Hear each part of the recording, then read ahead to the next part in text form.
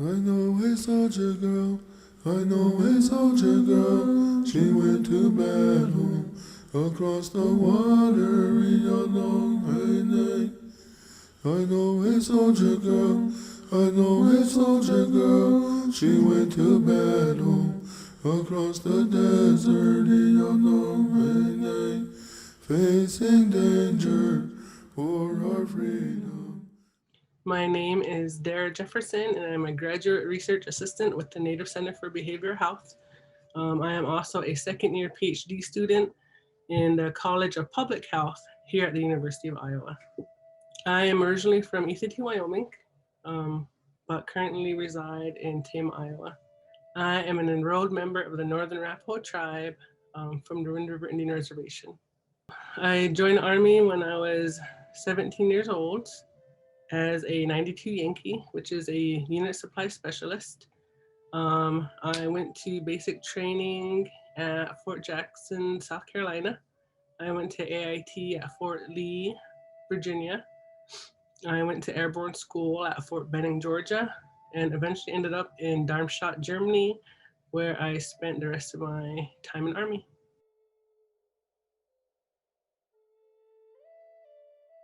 Honestly, I always wanted to join the military. I think I knew as young as maybe 11 or 12 that that was something that I wanted to do. I think it was heavily influenced by my family. My dad had brothers who joined the army, and then my mom had brothers who joined the army. And also, I think the biggest influence was my own dad, who joined the army. So I wanted to, I'm a daddy's girl, so I always wanted to do everything that he did and make him proud. So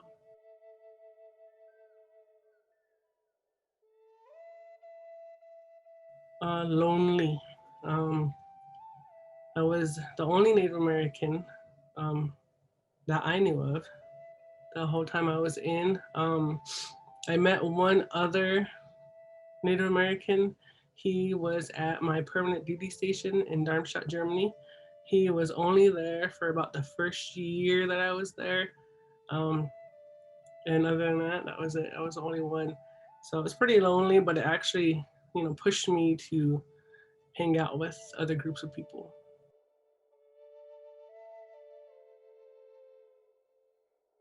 That would have to be First Sergeant Dawson. He was my first sergeant at my permanent duty station in Germany. Um, he was always squared away. His BDUs were always pressed. His boots were always shined. Um, and really, throughout the time that he was my first sergeant, he really influenced me to be a better parent to my daughter, who I had while I was in Germany. And and in doing so, that kind of really transformed who I was as a soldier, and I think it really made me a better soldier too.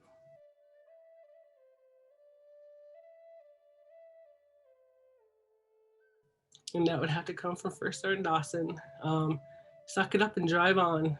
Basically, there's no point in worrying about stuff that you can't control. You just do your best to wake up the next day and keep going, keep moving forward.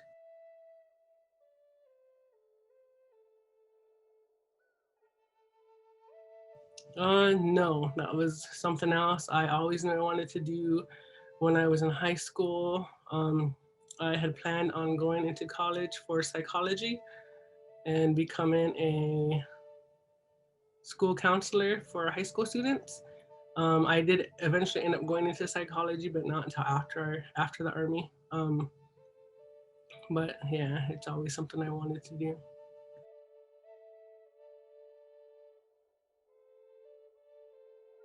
I think it completely affects everything. It made me more responsible. Um, I take care of everything that I need to take care of. That's one thing that the army makes sure that you do. When you're serving, is make sure all your bills are paid. Make sure you go to all of your appointments. Make sure your kids are taken care of. Make sure your finances are squared away. Um, from making my bed every morning to making sure everything's put away. I mean, that just everything is. has influenced me. Yeah, pretty huge influence. I think because I joined so young that it had an influence on who I am. Over there across the water, our flag flies. Hey, hey, yo. Almatakapi, Dan Foster, Manchapelo, Naha Yua Chante Washtea Napi Chiwaki. I'm greeting you today from Montana. My name is Dan Foster. My Indian name is Mato Witko. Enrolled as Western Band Cherokee, but my cultural heritage is Lakota and Dakota. I grew up in the West. Got drafted 69 and attended a couple of years of college, year and a half. Had friends and relatives that had served in the military. My grandfather served in World War I. Uncles and older cousins served in World War II in Korea. Others in Vietnam. High school friends and grade school friends that had already been killed by 1969 and others wounded. And we grew up in the days of still using coffee cans sometimes if you were scared of the dark, and outhouses for lots of homes. We lived in both, homes with running water and homes without, homes with phone service and homes without. No TV, didn't grow up with television, and it wasn't at the school we attended either. And so military service was really a part. Two of my dad's younger brothers had served. Several of my mom's uncles and whatnot had served. And we even had pilots in our family, and which was a real big deal to be in the Army Air Corps and to serve as a pilot. I was trained as a combat military policeman at Fort Gordon, Georgia for my AIT. And that was my first, I'd read in the newspaper, we got weekly newspaper, county papers, and Indian journalism was just getting its feet in the 1960s. Akwesasne Notes and Tim Geigel's publication out in South Dakota. So we were just finding our voice as American Indian people in those years.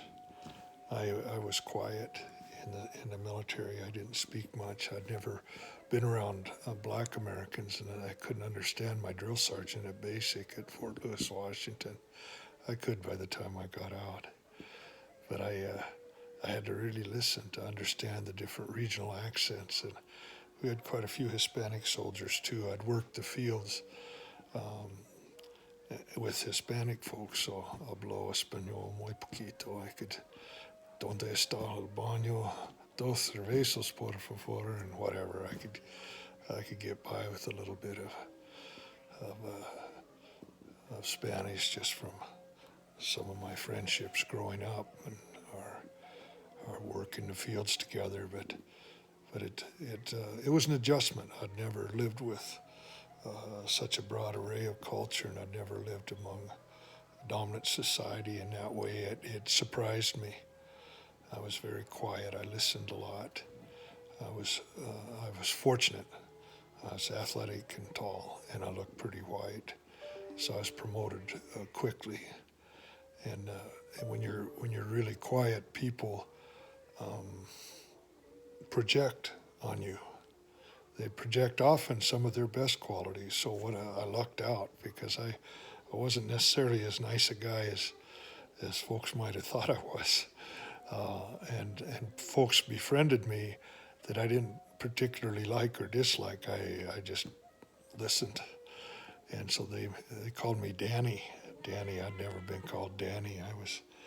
I kind of looked after the younger ones, and I was a pretty serious kid. And so Danny was was my nickname later on for athletic teams too. I was Danny, and my wife would always know who knew me from the Army or who knew me from my sporting years, because they'd say, "Hi, is Danny there?" She'd have to smile a little bit, because Danny was a little closer than what I let people get in those days. I had a profound distrust of people, but also at the same time a like of people. I always liked people, and it was enjoyable to me to get to know men.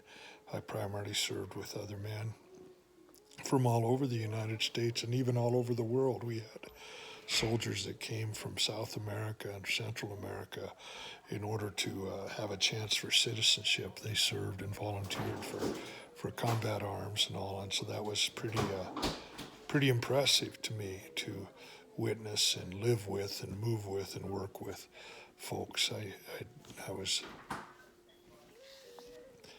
promoted to sergeant fairly fast, so I was a hard stripe E5 within 10 months of my induction. And so I served the majority of my tour as a sergeant, having responsibilities, supervisory responsibilities over other youngsters. And it was a profound experience for me. I was always so glad to run into another Indian person, and we probably puzzled non-Indians because we would be excited to see each other, and we would find out where you were from and who your family was. And nearly always, particularly if you're from the West, we would at least know people in common. But folks watching us probably couldn't quite figure us out because we didn't talk about the war. We didn't talk about moral injury. We didn't talk about Vietnam. We didn't talk about people that we'd lost or buried or people that had gotten injured or injured others. We joked and laughed and visited each other in quietness. We would share food and share soda maybe. And I didn't drink alcohol in those days, but some people did. And so if I sat among them, I was the sober one. But we were always so glad to see each other. Non-Indians would call the Indians chief. We knew full well that none of us were chiefs. We didn't pretend to be, but we didn't wear feathers. We didn't try to explain Indian culture or anything to other people. We just lived it. I saw that people were wounded inside while I was in the Army. I realized that we had been wounded inside, that I had been wounded inside, that family members had been wounded inside. We didn't have the word historical trauma. We didn't even have the word PTSD until 1977, 78, when I was working at the VA as a psych tech while I was finishing up my doctorate at Baylor University in Waco, Texas, using the GI Bill. So talk about a lucky man. I met men and made friendships that lasted till my friends died. There's a few of us still alive, but most of my Army friends have died before now. And I'd never even met a psychologist, but I read Carl Rogers and Viktor Frankl and Rollo May and Erich Fromm. I read folks that they called them humanists, existential philosophers and humanistic psychologists and psychiatrists, and they profoundly influenced my career. What a lucky man. I got to spend 2 summers with Carl Rogers at the Center for the Studies of the Person in La Jolla, California. The training was done at University of California, San Diego, La Jolla campus, and so I got to meet a fellow that I think I read every book he ever published and maybe every scientific article he ever published. And I got to know him in person and call him friend. So I'm a very fortunate man. I've served my career with the Bureau of Prisons and Indian Health Service as a psychologist and have retired from Indian Health Service and federal service, but I'm still working for the Fort Belknap community here in Montana. The best advice that I received in the military, I think in a way our culture lends itself. We're a warrior tradition and a warrior society. All of us knew people that had served, and so we grew up honoring military people in our families, those that had served, and we called them shell shock and whatnot. We had folks that had what we now call PTSD, but they clearly had battle fatigue and shell shock. And, you know, we had our relatives with their quirks that would live in the dark and be very reclusive and avoidant and stuff. And we attributed that to their war experience. And so I wanted to be a part of the healing of that, not just in myself, but for others. And one of the things that I think is very cultural is we don't tend to think of ourselves first. We tend to think of us, of we, not me. And I guess that was probably the biggest cultural difference that I always encountered, not just in the military, but in dominant society broadly, is we live for our tiwahi, tioshpai, our oyate. We live for our family, our clan, our clan of relatives, our nation.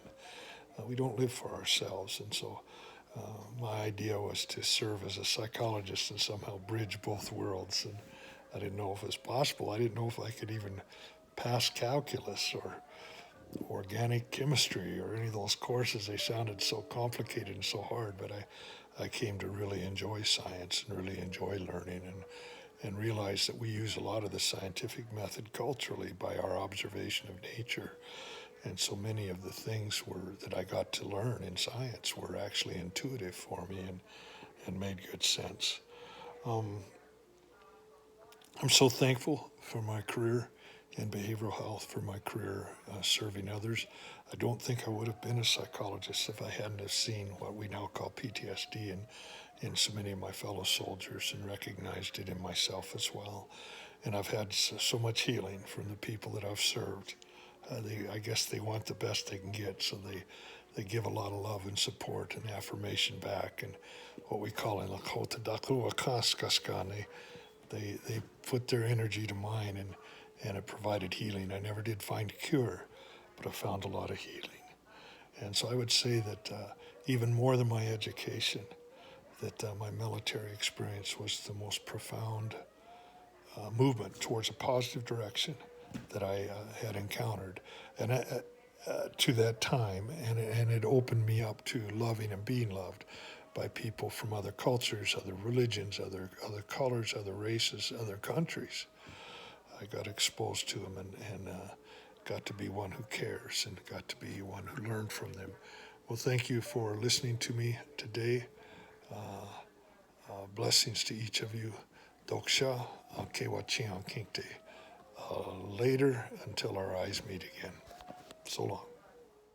Over there across the water, our flag flies. Over there across the water, our flag flies. Our flag flies with Yahweh.